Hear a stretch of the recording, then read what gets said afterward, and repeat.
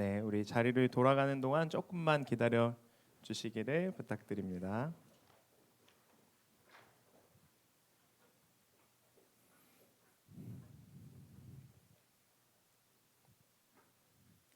네, 우리 이 시간 하나님의 말씀을 함께 보도록 하겠습니다. 오늘 우리에게 주신 하나님의 말씀은 요한복음 3장 16절과 누가복음 9장 23절입니다. 그래서 성경 어플이나 성경책을 찾으실 때 먼저 유아부라고 나왔네요. 네, 요한복음 3장 16절을 먼저 펼쳐주시고 또 앞에 있는 구절을 함께 따라와 주셔도 좋을 것 같습니다. 네, 두 구절밖에 안 되니까요. 우리 한 목소리로 읽도록 하겠습니다. 요한복음 3장 16절부터 함께 읽겠습니다. 시작. 하나님이 세상을 이처럼 사랑하사 독생자를 주셨으니 이는 그를 믿는 자마다 멸망하지 않고 영생을 얻게 하려 하심이라. 우리 이어서 읽겠습니다. 시작. 또 무리에게 이르시되 아무든지 나를 따라오려거든 자기를 부인하고 날마다 제 십자가를 지고 나를 따를 것이니라. 아멘. 하나님의 말씀입니다. 네, 잠시 기도하겠습니다. 하나님 감사합니다. 복된 주일을 허락하여 주시고 또 비가 많이 내리는 그러한 상황 속에서도 좋은 날을 허락하셔서 하나님 우리가 이 자리에 나와서 아버지의 이름을 높이며 또 예배할 수 있는 기회를 허락해 주시니 감사합니다. 하나님 이 시간 우리가 하나님 앞에 찬양을 올려드렸습니다. 이 고백이 정말로 우리의 마음에서 나오는 진심 어린 고백이 되게 하시고 우리의 고백처럼 하나님 정말로 그러한 삶을 살아갈 수 있도록 우리와 함께하여 주시옵소서. 이 시간 말씀을 함께 나누고자 합니다. 하나님의 말씀에 힘이 있고 능이 있사오니 하나님 정말로 그 말씀을 듣고 우리 안에 어려움이 그리고 우리 안에 해결되지 않는 고민들이 해결되게 하시고 또 하나님의 크신 사랑으로 이 시간 이 자리가 정말로 덮여지고 우리의 마음 가운데에 하나님의 사랑을 찾아와 주셔서 정말로 그 사랑으로 인하여서 내가 다시금 살아나는 하나님 생명의 역사가 일어날 수 있도록 이 시간 함께하여 주시옵소서. 감사드리며 예수 그리스도의 이름으로 기도드립니다. 아멘. 네, 만나서 반갑습니다. 네, 감사합니다. 우리 이 시간에 옆에 있는 분들과 함께 인사하고 시작할 건데요. 잘 들어주시기 바랍니다. 오늘 하는 인사는 혹시, 자 옆에 한번 보시면서 혹시라고 일단 얘기해 주실래요? 혹시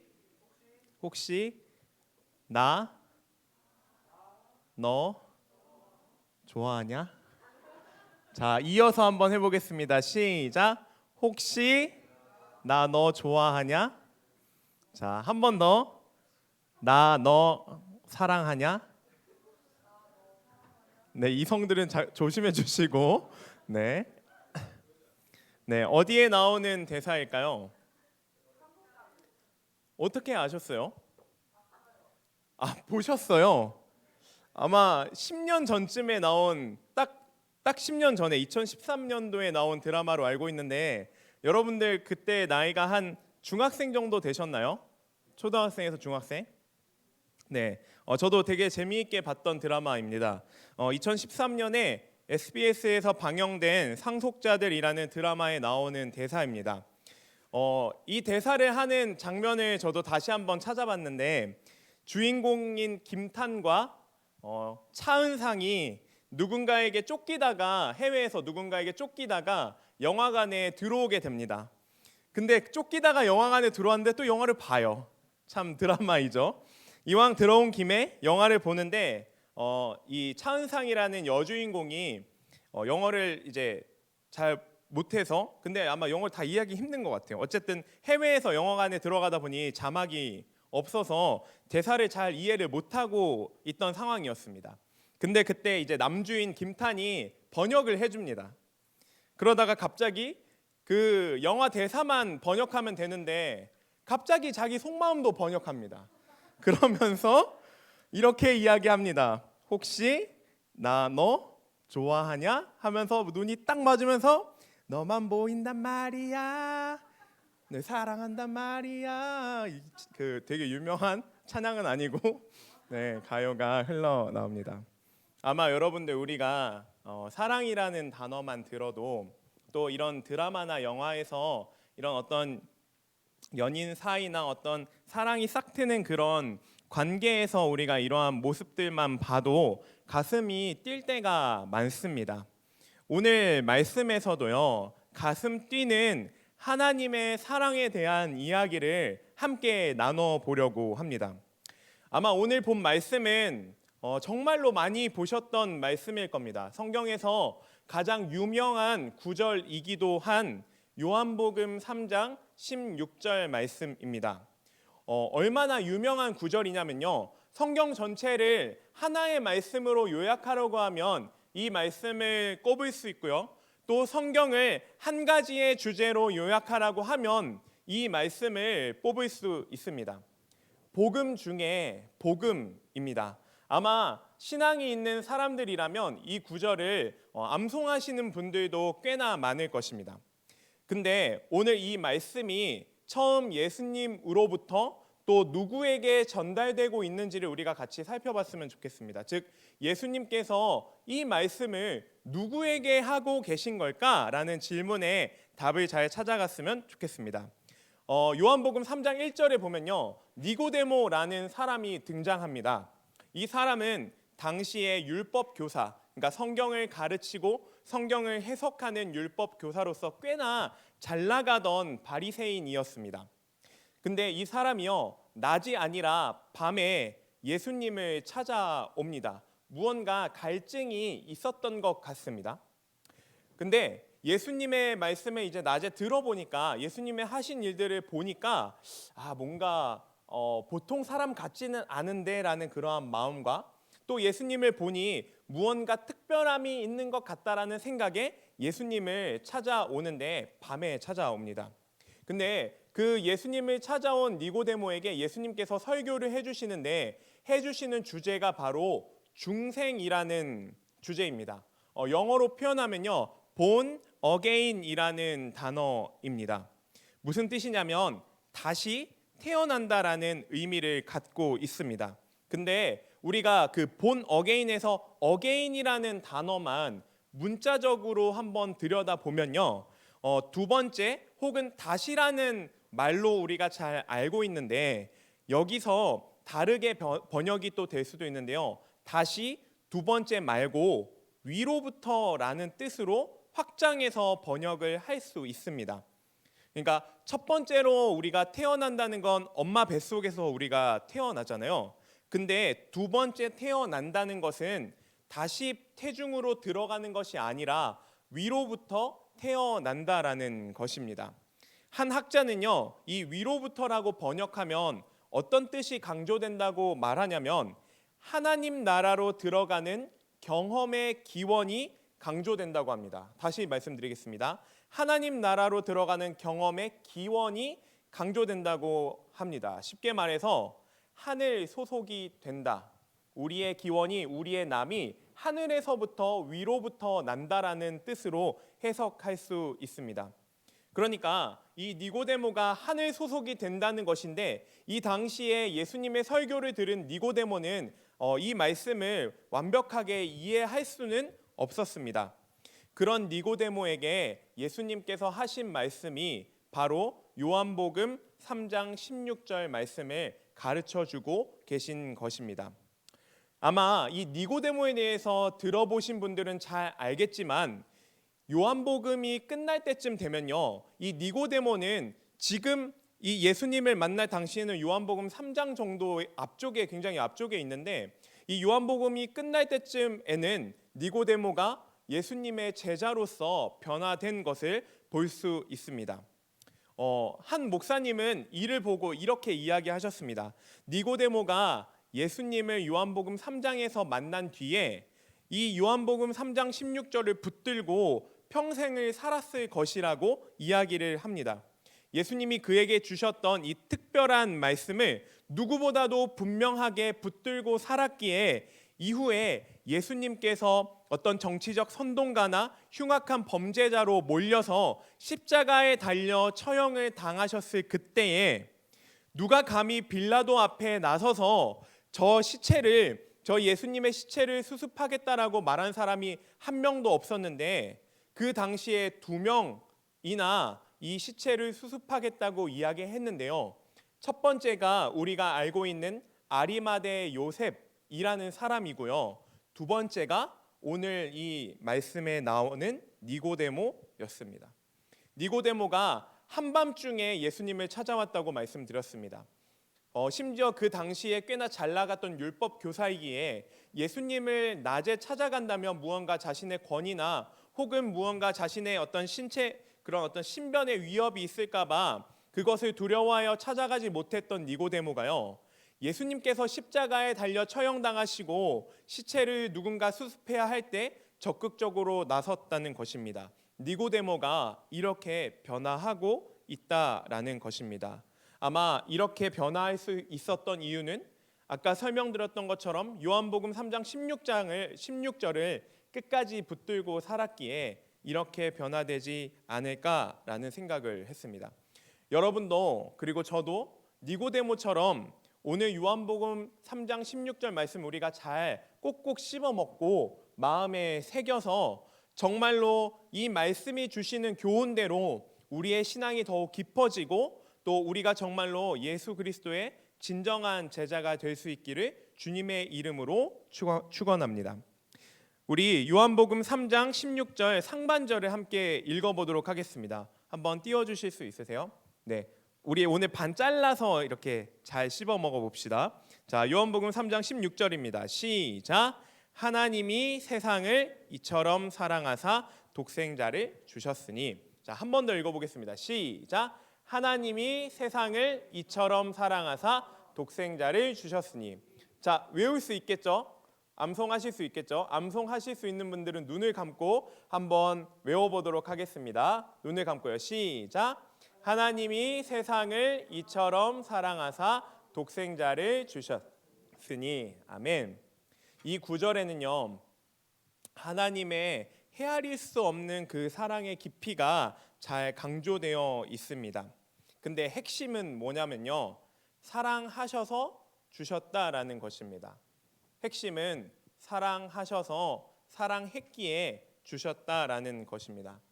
사랑하면 주게 되어 있습니다. 사랑하면 줄 수밖에 없는 것입니다. 근데 하나님 사랑의 특징은 특별히 하나님 사랑은 이제 아가페 사랑이라고 하고, 다른 말로 표현하면 무조건적인 사랑이라고 이야기합니다. 근데 이 무조건적인 사랑의 특징은 주고 싶은 것입니다. 사랑이라는 것은 받는 사람에게도 큰 영향을 주지만 저는 개인적으로 사랑을 하는 사람에게 더 큰 영향이 있다고 생각합니다. 왜냐하면 무언가 이 사랑을 하게 됐을 때에 이 주지 않을 수 없는 이 마음을 잘 알게 되는 것 같습니다. 이것을 하나님 사랑의 특징이라고 할 수 있습니다. 하나님 사랑의 특징을 다시 한번 요약하면 딱 이겁니다. 사랑하셔서 주셨다. 사랑했기에 주셨다라는 것입니다. 여기서 주셨다라는 말은 영어로 표현하면 좀 더 잘 들립니다. give라는 주다라는 단어로 표현되어 있는데, 이 주다라는 단어가 주셨다라는 단어가 조금 더 확장되면요, 내어주셨다, 조금 더 가면 포기하셨다라는 뜻까지로 확장할 수 있습니다. 그래서 기브에다가 우리가 뭐를 붙여서 기브에 업을 광민아 좀 잘하자. 기브에 업을 붙여서 기브업, 이제 포기하다라는 단어까지 우리가 쓰죠. 여기서도 그렇게 확장됩니다. 그래서 다시 바꿔서 오늘 말씀을 제가 읽어보면, 하나님이 세상을 이처럼 사랑하사 독생자를 내어주셨다, 독생자를 포기하셨다라는 말씀으로 바꿔서 이해할 수 있습니다. 여러분, 혹시 복습을 한번 하겠습니다. 진짜 퀴즈를 잘 낼게요. 독생자 하니까 생각나는 인물이 있나요? 우리가 그동안 배워왔던 인물인데 독생자를 내어드린 사람이 한 명 있죠. 자, 이삭이에요, 아브라함이요? 네, 아브라함이 누구를 내어드렸죠? 네, 이삭을 내어드렸다는 것을 우리가 잊지 않고 잘 찝어갔으면 좋겠습니다. 이 오늘 말씀에서 말하는 세상이라는 단어는 조금 특이한데요. 저는 이 사실에 조금 놀랐습니다. 성경 어디에도 하나님이 세상을 사랑하셨다라는 말이 이 구절 빼고는 없습니다. 그래서 저도 너무 신기해가지고 제가 가지고 있는 프로그램에 사랑, 세상 이렇게 같이 입력하면 쭉 나오거든요. 근데 찾아봤더니 비슷한 그 구절은 있었어요. 아마 선교팀 한번 들어보신 적 있겠지만 끝까지 사랑하셨다라는 그 구절에 요한복음 13장 1절에 하나님께서 그 세상에 있는 자기 사람들을 끝까지 사랑하셨다라고 얘기하거든요. 근데 세상 전체가 아니라 자기 사람들로 한정돼요. 그래서 실제로는 이 말씀 구절 외에는 성경 어디에도 하나님께서 세상을 사랑하셨다라는 구절이 한 번도 나오지 않습니다. 근데 이 하나님께서 세상을 사랑하셨다라는 이것은 하나님께서 창조하신 모든 세계를 하나님의 권한 아래에 두신다라는 뜻을 가지고 있고, 조금 더 쉽게 표현하면 하나님이 하나님 나라를 통치하시는 방법이 있는데 그 방법은 바로 사랑이라는 것입니다. 하나님께서는 이 세상을 다스리고 통치하실 때 사랑이라는 방법을 통해서 통치하신다라는 것입니다. 근데 하나님께서 사랑하셔서 주셨다라고 우리가 들었는데 여기서부터 약간 역설적인 이야기가 나오기 시작합니다. 자, 잘 보세요. 세상을 사랑하셔서 누구를 주셨나요? 네, 독생자를 주셨죠. 우리 독생자를 한번 아들로 바꿔서 이야기해 보면 세상을 사랑하셔서 아들을 주셨습니다. 맞나요? 우리가 말씀 그대로 본 거면 맞죠. 근데 아마 우리 생각에는 뭔가 이게 바뀌면 좀 더 좋을 것 같아요. 한번 들어보세요. 아들을 사랑해서 그 아들에게 세상을 주는 것입니다. 다시요.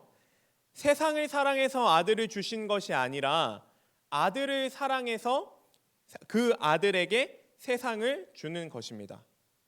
그러니까 하나님께서 이 세상을 창조하시고 이 세상의 왕이신데 아들을 사랑해서 그 아들에게 이 세상을 주는 것이 맞지, 세상을 사랑해서 그 세상에게 내 하나밖에 없는 독생자 아들을 내어 주었다라는 것이 조금 이상하게 들리지 않나요?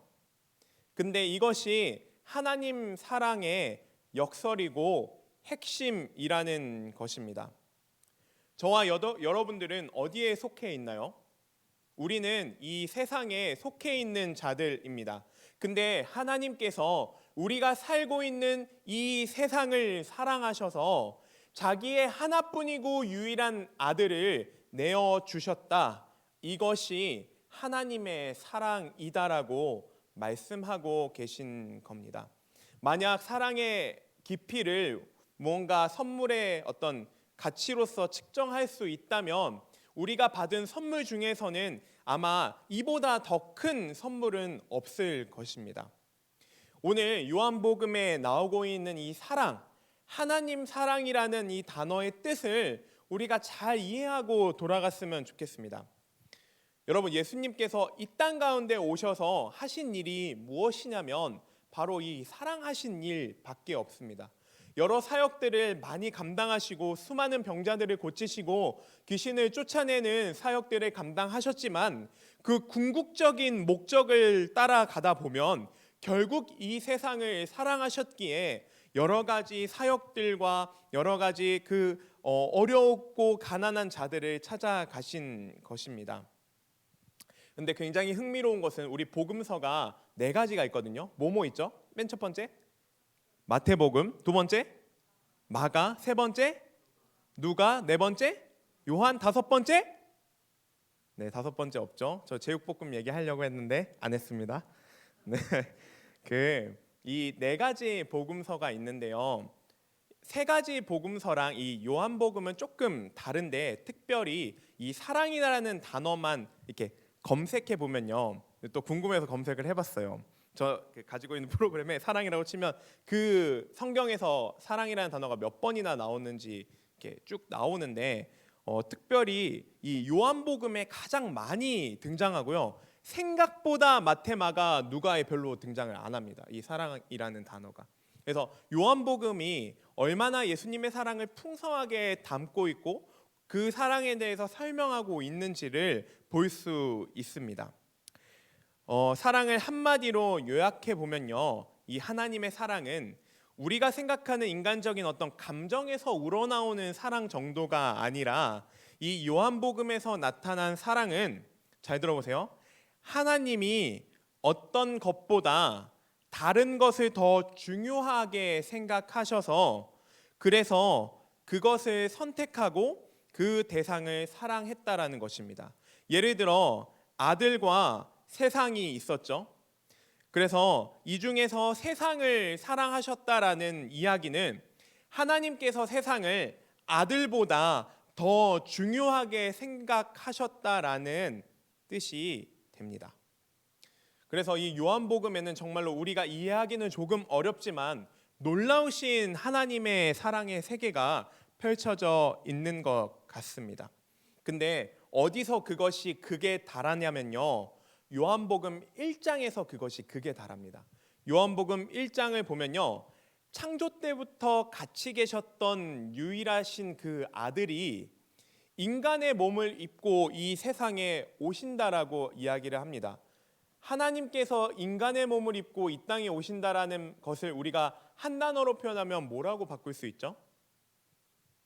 성육신이라고 바꿀 수 있죠. 인카네이션이라고도 표현합니다. 그래서 이 요한복음 1장 14절에 이렇게 나와 있습니다. 제가 읽어드릴게요. 말씀이 육신이 되어 우리 가운데 거하심에 우리가 그의 영광을 보니 아버지의 독생자의 영광이요 은혜와 진리가 충만하더라. 아멘. 하나님이 아들을 이 땅에, 자신의 아들을 인간으로 보내신 것이 사랑이라는 것입니다. 그래서 요한복음 3장 16절은요, 반드시 이 요한복음 1장 14절과 함께 맥을 같이 해서 읽어 나가시면 좋습니다. 우리 다시 한번 요한복음 3장 16절 우리 상반절을 한번 같이 읽어보도록 하겠습니다. 아까 다 암송하셨죠? 하나님이 세상을, 시작. 하나님이 세상을 이처럼 사랑하사 독생자를 주셨으니. 아멘. 그래서 이 예수님이요, 이 말씀대로 제자들을 선택하시고 또 이 땅에 하나님 나라를 선포하시면서 그 십자가에 달리기 전에 다락방에서 제자들의 발을 씻기시면서 이렇게 이야기하십니다. 이제 때가 가까워 왔으니 하나님이 세상을 사랑하시되 끝까지 사랑하셨다라고 이야기를 하십니다. 그리고 나서 예수님이 십자가에 달리시고 부활하신 예수님께서 베드로를 찾아가셔서 이렇게 물으십니다. 내가 나를 사랑하느냐라고 물으십니다. 이런 사랑의 노래가 예수님의 그 삶을 계속해서 둘러싸고 있다라는 것입니다. 여러분, 혹시 하나님께서는 여러분에게 주시는, 내어주시고 포기하시는 분이라는 사실을 믿으십니까? 믿으세요? 네, 아멘이시죠? 우리가 이거를 굉장히 잘 알아야 합니다. 하나님께서는 우리에게 내어주시는 분이라는 사실이 우리 안에 정말로 믿어지기를 소망합니다. 그래서 우리가 꼭 알아야 할 것은 하나님이 우리를 사랑하신다, 이것을 정말로 알고 믿는 것이 필요합니다. 누구를 주셨냐면 아들을 주셨습니다. 그래서 이 원리가 하나님께서 우리를 사랑하셔서 아들을 내어주셨다, 아들뿐만 아니라 많은 것들을 우리에게 주시는 분이라는 사실을 우리가 꼭 기억하셔서 정말로 우리가 어려움 가운데 있을 때에도 때를 따라 돕는 은혜가 있기를 예수 그리스도의 이름으로 축원합니다. 여러분, 그 신약에는 이렇게 나와 있는데 그럼 반대로 구약에는 하나님께서 그의 백성에게 무엇을 주셨을까요? 첫 번째로는 땅을 주셨습니다. 두 번째는 율법을 주시려 했습니다. 자, 여러분 한번 제가 질문 드려볼게요. 하나님께서 여러분들에게 아들을 주시는 것이 좋으세요? 아니면 땅을 주시는 것이 좋으세요? 아들과 땅 중에 여러분들은 어떤 것을 선택하실 건가요? 아들 말고 한 20억 정도로 바꿔볼까요? 너무 적나요? 한 100억 정도로 바꿔볼까요? 여러분들은 아들을 선택하시겠습니까? 아마 땅을 선택하시겠습니까? 아마 저는 땅을 선택한다면 20년 동안 우리나라에서 가장 그 비싼 땅이라고 하는 명동에 네이처 리퍼블릭이라는 그 부지가 있는데 거기가 평당 한 2억 정도 되거든요. 1제곱미터당. 그래서 아마 이것을 선택할 것 같은데 여러분들은 어떻게 선택하시겠어요? 구약에서는 땅을 주시려고 했는데 신약에 와서는 땅이 뭐야?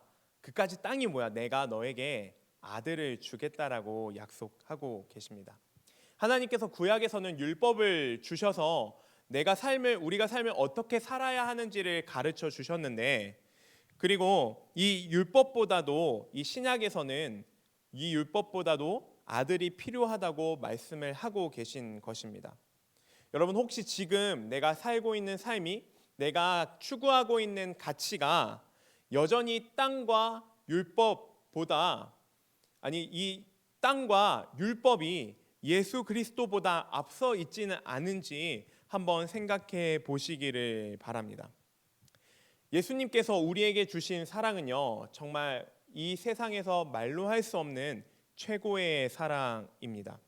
그래서 특별히 아들이라고 이야기하지 않고 성경에는 독생자라고 나와 있습니다. 이것도 영어 표현으로 바꿔보면 조금 더 쉽게 다가옵니다. One and only라는 뜻을 가지고 있습니다. 하나이고 유일하신 아들이라는 것입니다. 아마 지순의 상반기 목장 이름이 One and only였던 걸 잘 알고 계시죠? 아들도 여러 아들이 있었는데 그 중에서 아무나 한 명 골라서 준다, 이 정도가 아니라 유일하고 하나밖에 없는 이 아들을 우리를 사랑하시기에, 이 세상을 사랑하시기에 우리에게 주셨다라는 사실을 정말로 믿으시기를 바랍니다. 그래서 우리에게 독생자를 주셨다라고 말씀하시는 것입니다. 독생자를 주신 하나님의 궁극적인 목적은 바로 우리와의 관계를 확증하려는 것입니다. 확증은 확실하게 증거한다라는 뜻을 가지고 있습니다. 그래서 하나님께서는 우리와의 관계를 확실하게 증거하기 위해서, 그리고 또 세상과의 관계도 그렇게 확증하기 위하여서 아들보다 세상을 여기셨다라는 것입니다. 그래서 세상을 더 사랑하셨기에 아들을 이 세상 가운데에 주셨다라는 것입니다. 하나님께서 우리와 확증하시는 관계를요, 다르게 표현하면 언약 관계라고 이야기할 수 있습니다. 그래서 우리는 수시로 어려울 때마다, 어려움이 있든 없든 상관없이 이 하나님의 말씀인 언약을 붙들면서 살아가는 존재들입니다. 사실 우리가 어떤 때는요, 너무 힘이 들어서 내 상황이 너무 앞이 보이지 않아서 이 약속해 주신 말씀이 잘 생각도 안 나고, 또 영적으로 사고하고 해석하는 것이 어려울 때도 너무너무 많이 있습니다. 그럴 때 이런 질문으로 우리가 그 상황을 돌파해야 합니다. 내가 무엇을 붙들어야 하는가? 나는 무엇을 붙들며 이 세상을 살아가야 하는가라는 질문을 꼭 가져보셔야 합니다. 바로 이때 우리가 붙들어야 할 것은 다른 것이 아니라 돈과 혹은 우리의 상황을 해결할 수 있는 어떤 해결책을 붙드는 것이 아니라 우리에게 약속하신, 우리를 구원하시겠다는 하나님의 약속을 붙들어야만 합니다. 하나님의 약속을 붙드는 확실한 관계가 바로 이 사랑을 통해서 나타나기 때문입니다. 로마서 5장 8절을 제가 한번 읽어드리겠습니다. 우리가 아직 죄인 되었을 때에 그리스도께서 우리를 위하여 죽으심으로 하나님께서 우리에 대한 자기의 사랑을 확증하셨느니라. 아멘. 이 로마서 5장 8절에서는요, 하나님의 사랑을 확증한 장면이 나옵니다. 그런데 언제 확증하는지 아세요? 우리가 죄인 되었을 때입니다. 우리가 무언가 하나님의 언약을 잘 붙들고 살아갈 때가 아니라 그 언약을 잊고 살아감에도 불구하고 우리가 아직 죄인 되었을 때에도 하나님께서는 우리의 사랑을 그때에 확증하신다라는 것입니다. 그래서 이 로마서 5장 8절도요. 이 요한복음 3장 16절을 그 사도 바울이 로마에 있는 성도들에게 해석해주고 있는 것이라고 우리가 볼 수 있습니다. 자, 이제 두 번째로 오늘 복음 중에 복음인 이 요한복음 3장 16절의 하반절을 함께 살펴보려고 합니다. 우리 3장 16절 하반절 한번 띄워주시겠어요? 네, 우리 함께 읽도록 하겠습니다. 시작. 이는 그를 믿는 자마다 멸망하지 않고 영생을 얻게 하려 하심이라. 아멘. 여기서 우리가 중요하게 봐야 할 것은 이는 그를 믿는 자마다입니다. 여기서 나타난 뜻은 하나님의 사랑은 어떤 특정 사람들만을 사랑하지 않으시고 하나님의 사랑은 모든 이들에게 그리고 모든 피조물에게 그 넓이가 넓게 제공되어진다고 볼 수 있습니다. 하나님의 사랑의 범위나 한계가 있지 않다라는 것입니다. 그런데 그 중에 딱 한 가지 조건이 있습니다. 그러니까 모든 사람에게 주는 것이 맞는데 하나 조건이 붙는다면 믿는 자는 누구든지라는 조건이 붙습니다. 여러분, 여기 계신 여러분들은 정말로 믿는 자들이십니까? 정말로 하나님을 믿는 자들이신지 스스로 대답해 보셨으면 좋겠습니다. 근데 여기서 믿는 자라는 말이 뭔가 헷갈린다면 우리가 이 믿는 모습에 대해서 살펴봤으면 좋겠습니다. 두 가지가 이 성경에서 믿는 자로서의 모습으로 두 가지가 나오는데, 첫 번째는 어떤 대상에게 나 자신을 맡겨드리는 것입니다. 어떤 대상에게 나를 그냥 온전히 맡겨드리고 신뢰한다는 의미가 한 가지 나오고요. 우리가 대개 하나님을 믿는다라고 했을 때가 보통 이런 표현입니다. 내 모든 것을 맡긴다, 내가 누군가를 어떤 대상을 신뢰한다 정도인데, 두 번째는 구체적인 대상, 구체적인 사건 이런 것들을 정확하게 염두에 두고 그것을 믿는다라는 표현이 있습니다. 뭔가 막연한 무언가를 내가 신뢰하는 것이 아니라 꼼꼼하게 어떤 구체적인 인물이나 사건들을 따져보고 내가 정확하고 명확하게 믿는다라는 표현을 할 때 이 두 번째의 믿는 모습이 나옵니다. 오늘 이 표현은 막연하게 믿는 첫 번째의 믿는 모습이 아니라 구체적으로 따져가며 묻는 두 번째의 믿는 모습입니다. 그래서 오늘 이 말씀 속에서 정말로 내가 무엇을 믿고 있는지, 그리고 내가 막연한 하나님의 모습을 믿고 있는 것이 아니라 명확하고 정확한 그 구체적인 하나님의 모습과 하나님의 사랑을 우리가 정말로 믿어가기를 원합니다. 여러분, 우리가 예수님을 믿는다라고 하는 것은요, 무언가 어떤 기적이나 체험에 의해서 갖게 된 믿음 정도를 우리가 믿는다라고 표현하지 않습니다. 어떤 기적이나 사실 체험을 통해서 믿는 것은 믿음의 입문 정도라고 볼 수 있습니다. 정말로 그 믿음 가운데에 들어가고 내가 정말로 믿는다라는 것은 예수님과의 인격적인 관계를 통하여져서 믿게 되는 것입니다. 내가 예수님이 어떤 분인지를 정확히 알기 때문에 예수님이 나를 위하여서 무언가를 해주셔서 혹은 내가 어떤 예수님이 계신다는 것이 위로가 돼서 그 정도에서 예수님을 믿는 것이 아니라, 내가 예수님을 인격적으로 알기에 그분의 말씀과 그분의 가르침이 정말로 나에게 생명의 길이 되는구나 라는 것을 내가 진짜로 알기에 예수 그리스도를 믿는다라고 표현하는 것입니다. 사실 저는 이것을 항상 이야기할 때 맛집에 비유하곤 합니다. 물론 예수님을 그 어떤 맛있는 음식 정도에 비교할 수는 없지만 우리가 보통 이렇게 얘기를 하죠. 야, 그 집 맛있대. 그래?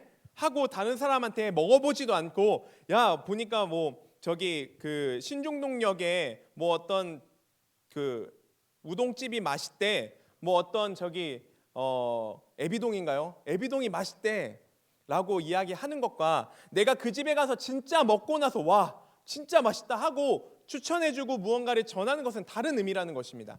여러분, 우리가 예수 그리스도를 믿는다는 것도 누군가가 예수 그리스도를 믿으면 좋대, 지금까지 신앙생활하면서 부모님이 혹은 교회에서 선생님들이 예수님이 이런 분이셔 좋대, 그러니까 너도 믿어봐, 알겠습니다 하고 네 하고 그렇게 믿어왔던 정도라면 우리가 이제는 정말로 예수님이 누구신지를 내가 진짜로 경험하고, 와, 예수님이 아니면 내가 지금 살고 있는 이 현실이 너무나 어둡고 너무나 절망스러워서 내가 한 치 앞도 갈 수 없지만 정말로 예수님이 나의 빛이 되어주시고 길이 되어주시기 때문에 내가 그 길을 걸어 나아가야겠구나라고 선택하는 것이 진짜 예수님을 믿는 것입니다. 이제 말씀을 정리하려고 합니다. 방금 본 말씀에 이렇게 나와 있습니다. 이는 그를 믿는 자마다 멸망하지 않고 영생을 얻게 하려 하심이라. 그리고 요한복음 17장 3절에는 이런 말씀이 있습니다. 영생은 곧 유일하신 참 하나님과 그가 보내신 자 예수 그리스도를 아는 것이니이다. 아멘. 영생은요, 여러분, 길게 늘어져 있는 어떤 시간 같은 것이 아닙니다. 이 땅에서 우리의 생명이 계속 끝까지 간다는 것, 죽음 없이 우리가 끝까지 이 육신의 삶을 살아낸다고 이야기하는 것이 영생이 아닙니다. 여기서 말하는 영생은 영적인 생명입니다. 영원한 생명이라고 이야기할 때 그 생명은 육신의 인간적인 생명이 아니라 영적인 생명을 의미합니다. 즉 하나님과의 영원한 인격적인 관계입니다. 영생은 하나님과의 영원한 관계입니다.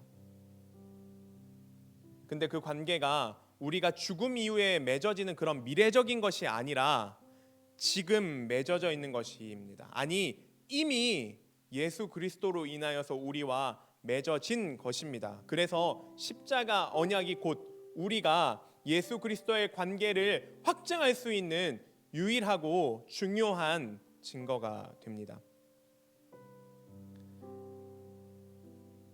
여러분, 정말로 영생을 믿으십니까? 이를 믿는 자마다 영원한 생명 가운데 참여할 수 있다라는 그 말씀을 정말로 믿으십니까? 믿음은 사랑의 반응입니다. 하나님께서 세상을 이처럼 사랑하사 독생자를 주셨기 때문에, 포기하셨기 때문에 아들보다 세상을 더 사랑하시고 그 세상을 살아가는 우리를 너무나도 사랑하셨기 때문에 우리는 그 사랑에 대한 반응으로 하나님을 믿으며 나아갈 수 있는 것입니다. 그 사랑에 반응하는 것이 믿음입니다. 그때에 그 사랑의 믿음으로 반응할 그때에 우리가 영원한 생명, 영원한 하나님과의 친밀한 관계 속에서 살아갈 수 있습니다. 그러나 여러분, 믿음에는 반드시 따름이 수반되어야 합니다. 말로만 믿어서는 안 되고요. 행동이 뒷받침되어야 합니다. 진정으로 예수님을 따르는 사람은 반드시 그분을 따르게 되어 있습니다. 감정에 속지 마시기를 부탁드립니다. 어제와 오늘 감정은 다르고 1분 전, 5분 후, 10분 전, 1시간 뒤의 감정이 다 다릅니다. 여러분, 감정에 나의 삶을 기준되어 살지 마시고 하나님의 약속과 말씀에 우리가 기준되어 살아갈 때에 내 감정이 갑자기 외로움이 되고 한순간에 너무 짜증이 올라올 그때에 그 짜증에 반응하면서 살아가는 것이 아니라 짜증이 올라오고 분노가 올라오고 무언가 답답함이 밀려와도 우리가 기억해야 할 것은 언약입니다. 아, 하나님께서 이러한 상황 가운데 나를 홀로 두지 않으신다. 이 세상을 사랑하시기에 독생자를 내어주신 그분께서 나를 이대로 두지 않으신다. 나의 마음을 바꿔주시고 나를 하나님 나라에 참여하시게 나를 이끄신다라는 그 사실을 기억하시면서 선교를 나아가시는 분들도 또 이곳에서 무릎으로 기도하시는 여러분도 상황과 감정에 따라 흔들리는 것이 아니라 온전히 그 사랑에 반응하며 믿음으로 예수 그리스도를 따라가는 우리들이 되었으면 좋겠습니다. 우리 이 시간 함께 찬양하기를 원합니다. 우리 이 시간 본어게인이라는 찬양을 할 텐데요. 다시 태어남이 아니라 하늘로 속해져 있다. 위로부터 나를 사랑하시기에 위로부터 하나님의 그 사랑이 나에게 찾아왔다라는 의미에서 이 찬양을 다시 불러보신다면 아마 조금은 다른 의미에서 여러분들의 마음 가운데 이 찬양의 가사들이 잘 들어올 거라고 믿습니다. 우리 이 시간 함께 찬양하도록 하겠습니다. 안에서 내 영혼 다시 태어나 이전 것은 지나고 새롭게 됐네. 죄로 물든 내 모습 예수와 함께 죽고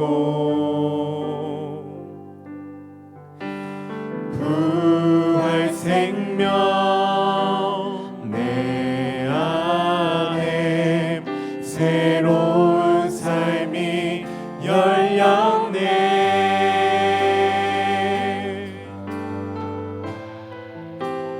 너희가 나를 택한 것이 아니요. 아멘. 내가 너희를 택하여 세웠나니 오직 내 안에 오직 내 속에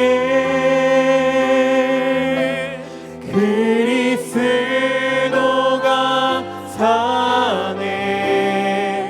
오직 내 삶에 오직 내 맘에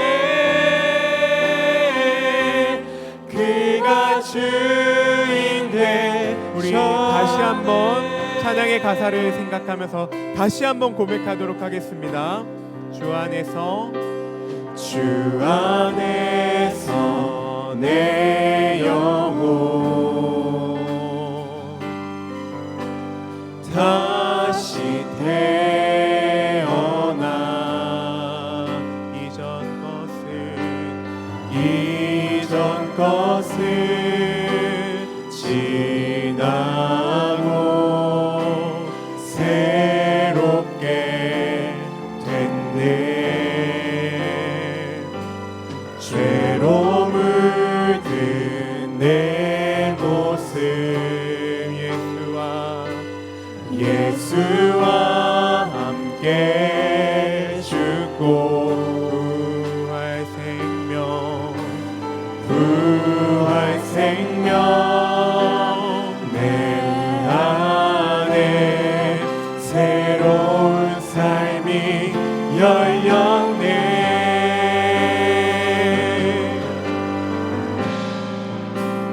너희가 나를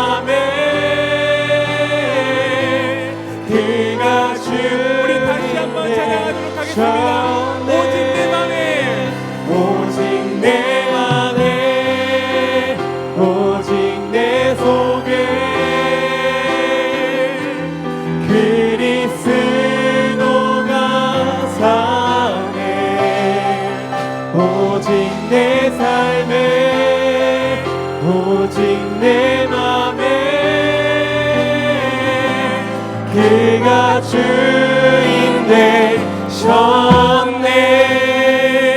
아멘. 우리 이 시간 함께 기도하기를 원합니다.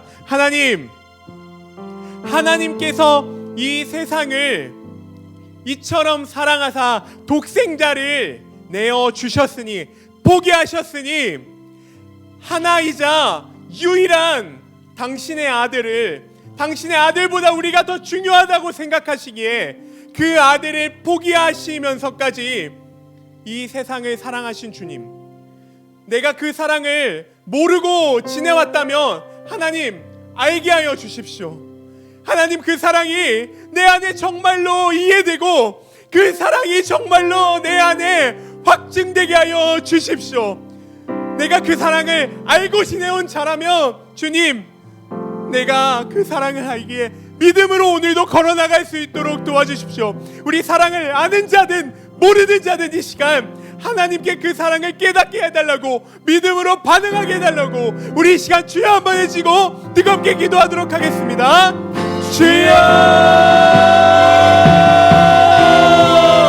사랑의 하나님 감사합니다. 하나님께서는 세상을 이처럼 사랑하사 독생자를 주셨으니, 독생자를 내어 주셨으니, 독생자를 포기하셨으니 이는 주를 믿는 자마다 멸망치 아니하고 영생을 얻게 하여 하심이라. 아멘. 아버지, 정말로 믿는 자들, 그 사랑을 아는 자들, 하나님과 인격적인 관계 속에서 그 언약을 붙들며 살아가는 자들, 하나님 그들에게 아버지께서 그들을 멸망치 아니하고 영원한 관계로 그 친밀함 속으로 하나님 우리를 이끄신다고 말씀하십니다. 주님, 이 땅에서 사는 영원한 삶이 아니라 100세, 120세, 150세까지 사는 그런 인생이 아니라 주님과의 정말로 인격적인 관계에서 영원한 만족과 영원한 평안과 영원한 친밀함 속에서 하나님, 내가 그 사랑에 반응하며 믿음으로 걸어나가는 우리 모두가 될 수 있도록 도와주시옵소서. 주님, 믿지만 믿지 않는 자들, 주님 머리로는 알지만 이해하지 못하여서 혹은 정말로 믿어주지 않아서 삶을 그냥 그대로 살아가고 있는 자들 모두에게 주님의 믿음을 허락하여 주십시오. 주님의 그 크신 사랑과 영원할 수 없는 그 헤아릴 수 없는 깊이의 그 사랑을 주님 깨닫게 하여 주셔서 하나님 정말로 나의 삶이 믿음으로 걸어나가는 삶이 될 수 있도록 주님 도와주시옵소서. 주님의 사랑을 깨닫는 날까지 계속해서 구하며 정진해가는 우리 모두가 될 수 있도록 도와주시옵소서. 네, 우리 이 시간 한 가지 더 찬양을 했으면 좋겠습니다. 내가 버린 십자가 다시 지고라는 찬양입니다. 믿음만 가져갈 수는 없습니다. 믿음에는 예수 그리스도를 믿는다는 것은 항상 그의 수반되는 따름이 필요합니다. 예수 그리스도를 믿겠다면서 헌신하지 않고 예수 그리스도를 믿겠다면서 나의 마음과 나의 계획대로 살아간다는 것은 진정으로 따르는 것이 아닙니다.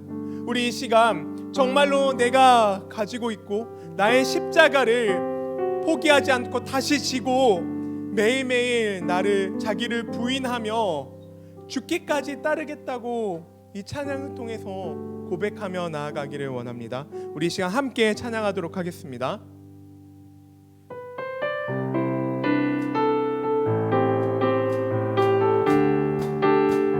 거친 이 세상에서 뒤틀린 가치 속에 복음의 의미를 찾아간다. 아멘. 허망한 세상에서 공허한 가치 속에 십자가 의미를 따라간다. 나의 유익과 만족을 버리는 주께 생명과 영혼을 드리는 그 길을 한 번 더 선택한다. 내가 버린 십자가 다시 지고 결코 시들지 않는 주의 영광 위해 내가 놓친 진리를 다시 잡고 절대 변하지 않는 주의 약속 믿어 예수 따라가리. 우리 다시 한번 가사를 잘 생각하시면서 처음부터 찬양하도록 하겠습니다. 거친 이 세상에서 아멘. 뒤틀린 가치 속에 복음의 의미를 찾아간다. 허망한 세상에서 공허한 가치 속에 십자가 의미를 따라간다. 나의 유익과 만족을 버리는 주께 생명과 영혼을 드리는 그 길을 한 번 더 선택한다. 내가 버린 십자가 다시 지고 결코 시들지 않는 주의 영광 위해 내가 놓친 진리를 다시 잡고 절대 변하지 않는 주의 약속 믿어. 다시 한번 찬양합니다. 내가 버린 십자가 다시 지고 결코 시들지 않는 주의 영광 위해 내가 놓친 진리를 다시 잡고 절대 변하지 않는 주의 약속 믿어 예수 따라가리. 아멘. 우리 이 시간 마지막으로 기도했으면 좋겠습니다. 하나님, 내가 예수 그리스도를 믿는다며 살아왔지만 십자가가 너무 무거워서, 헌신의 그 정도가 너무 두려워서 하나님 십자가를 버리고 공허한 가치들과 나의 유익과 나의 만족을 따르는 일을 추구하며 살아왔다면, 주님, 다시 한번 내가 주님의 십자가를 나도 함께 지고 예수님께서 가신 그 길을 나도 따라가기를 원하오니 주님 도와주십시오. 주님, 내가 가는 그 길이 너무나 좁고 어려운 그 길이지만 그럼에도 불구하고 그 길 끝에 예수 그리스도가 계시고 그 길 가운데 예수 그리스도께서 동행하시니 나도 그 예수 그리스도의 길을 따라가게 해달라고, 우리 이 시간 다시 한번 그 따름을 놓고 함께 기도했으면 좋겠습니다. 함께 기도하도록 하겠습니다. 하나님 아버지, 감사합니다. 주님, 이 시간 예수 그리스도를 다시금 따라가는 우리가 되기를 소망합니다. 주님, 내가 지금껏 예수 그리스도를 믿어왔지만 믿음에 수반되는 행동들은 하지 않고 그저 나의 유익과 만족을 구하는 믿음 속에서 그저 공허한 가치와 모든 세상 가운데 주는 헛된 욕망 가운데 그 따르는 정도에서 삶을 살아왔다면, 주님, 정말로 그 예수 그리스도의 십자가를 내가 다시 지고 잠시 잊고 있었던, 잠시 놓고 있었던 복음의 진리를 따라 걸어 나아가는 우리 모두가 될 수 있도록 도와주시옵소서. 백년도의 선교를 준비하고 있사오니 주님, 우리가 정말로 예수님을 따르는 제자로서 주님 이 시간 훈련되어지고 깨달아지고 변화되어지는 주님의 놀라우신 능력의 역사를 우리가 보고 경험하고 올 수 있도록 주님 우리와 동행하여 주시옵소서. 하나님 감사합니다. 하나님께서는 세상을 이처럼 사랑하사 독생자를 내어 주셨습니다. 이는 그를 믿는 자마다 멸망치 않고 영생의 영원한 관계 속에 있게 하실 거라고 말씀하십니다. 주님, 첫째로는 주님의 사랑을 깨닫기를 원합니다. 주님이 얼마나 나를 사랑하시는 분인지, 그리고 그 사랑의 깊이가 얼마나 깊은지를 깨닫게 하여 주십시오. 둘째로는 그 사랑의 믿음으로 반응하게 하여 주십시오. 주님께서 나를 사랑하심을 정말로 믿고 그에 반응하는 우리 모두가 될 수 있도록 도와주십시오. 마지막으로 믿음과 함께 항상 예수 그리스도를 말로만 따르는 것이 아니라 행동으로 따를 수 있도록 도와주십시오. 그래서 우리의 삶에서 예수 그리스도가 드러나고 누군가가 우리를 보며 예수님이 보인다라고 이야기를 들을 수 있을 만큼 예수 그리스도의 제자로서 그분을 닮아가는 우리 모두가 될 수 있도록 도와주시옵소서. 감사드리며 예수 그리스도의 이름으로 기도드립니다. 아멘. 우리 이 시간 함께 헌금 드리는 시간 갖도록 하겠습니다.